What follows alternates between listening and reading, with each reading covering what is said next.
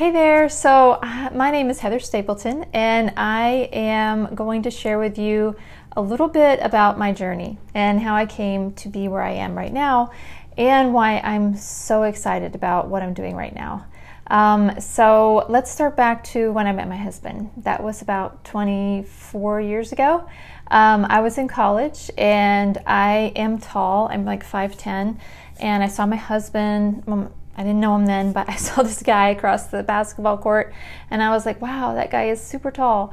And he is 6'7" almost. So I just had to meet him, and I met him, and then I saw him again, and I will never forget that I told him, I was like, so are you going to get my number or what? Because I was about to leave and he didn't ask for it. So, and then the rest is history. We've been married for 21 years and we have 4 kids. But I want to tell you about the very beginning and the trials that we went through and how we got through them. And of course, for me, it has to do with faith and believing in God and believing in yourself. And so my husband and I got married, and he was still in school and I was working, and we had a baby, we were married, and we got pregnant, and he didn't have a job. So we decided that he would stay at home with Lauren. And so he stayed at home with Lauren for I stayed at home for 3 months, and he stayed at home for 3 months with her. So she had a total of 6 months with us. And so when he was watching her, it was very hard because I wanted to be at home with her and I wanted to be her mom. I still was her mom, but I wanted to be there caring for her. So he had her on a really good sleep schedule. But when I walked in the door, he handed me that baby like, oh my gosh, I gotta leave. And so he got to kind of figure out what it was like to be a stay-at-home dad.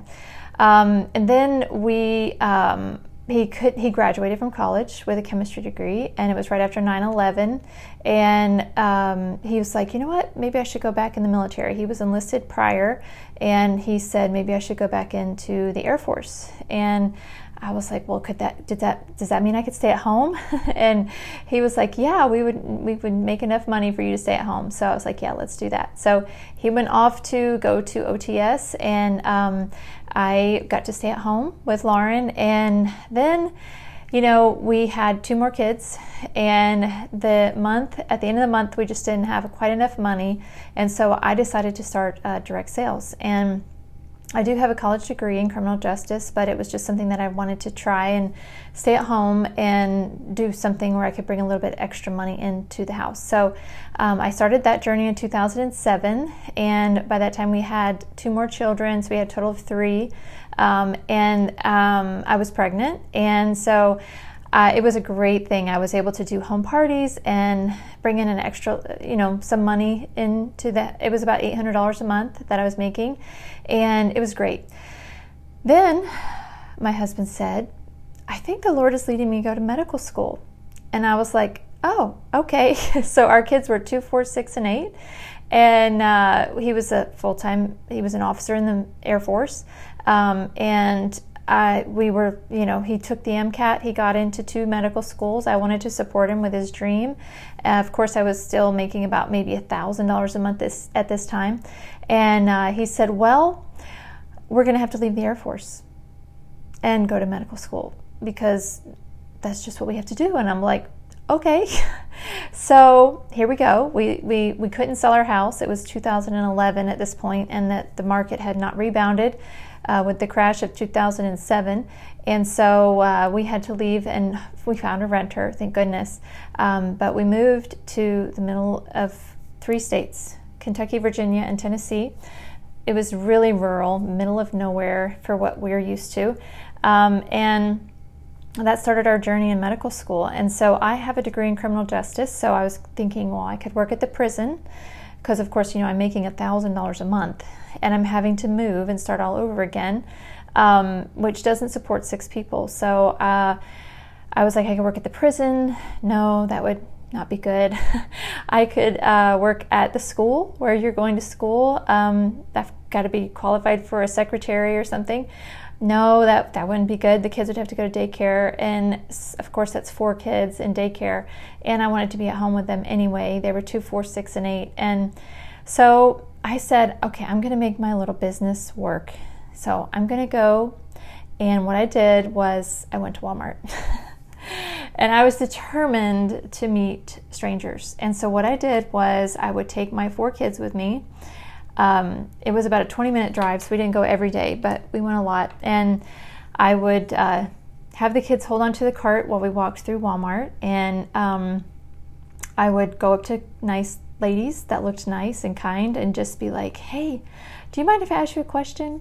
And she'd be like, yeah. I'm like, okay, where do you get your hair cut? Because we just moved here and we need to know where you get your hair cut. It's so cute. And she would tell me, and I would write the name down. I had a notebook. And then I said, well, you know, I really value the opinion of women like you, and I don't have a lot of friends here. Would you mind if I shared my catalog with you? And she was like, okay. I was like, okay, great. Well, do you mind if I get your cell number to follow up with you and see what you think about it? And she's like, sure, yeah. And so that's how I built my whole business, with complete strangers in a rural town. And it worked, and it was great. And then we were there for about 2 years. And while we were there, my husband was like, well, maybe I should go into the Navy. And I was like, okay. So he's a big Christian, just like I am, and he would pray, and that's what he felt we should do. So I was like, okay. And so he applied to the Navy. He got into the Navy. He was enlisted at this time. I was making good money with my company that I was doing. And so after he finished with medical school, we moved to Pensacola. And when we were in Pensacola, everything was great. It was the height of my career with my other direct sales company. I was at the top of the company. I got to be in the catalog. It was great. And then things changed. The career path with the company I was with, their career path changed, and my income decreased by about 50%. And we moved to Jacksonville, and we moved into a house. We thought we could handle it, but then when we moved to Jacksonville, we realized that we couldn't handle it because my income just kept going down. Yes, he's getting some money from the Navy, but not a lot. He's still a resident. And so we had to move on to base. We had to get out of our house and move on to base. And so at this point, my husband and I talked, and I said, you know what? I just need to get a real job. And so what I did was I went to completely scared, so what I did was I was like, well, I'll go to real estate. I'll get my real estate license. And I studied at home, and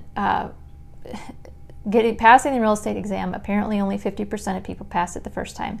Thankfully I did pass it the first time. I studied really hard. I was like super stressed and thinking, oh my gosh, I've got to support my family. This is not even a salaried position.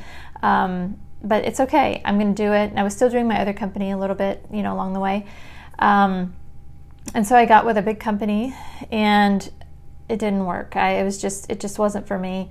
And then my husband had a friend who sold insurance, and I was like, well, maybe I could do that. And it was end of life insurance, where you have to walk around and knock on doors of people that send in their cards and be like, I want some information. Most of them were in their 80s and 90s, had multiple medications. A lot of them were poor.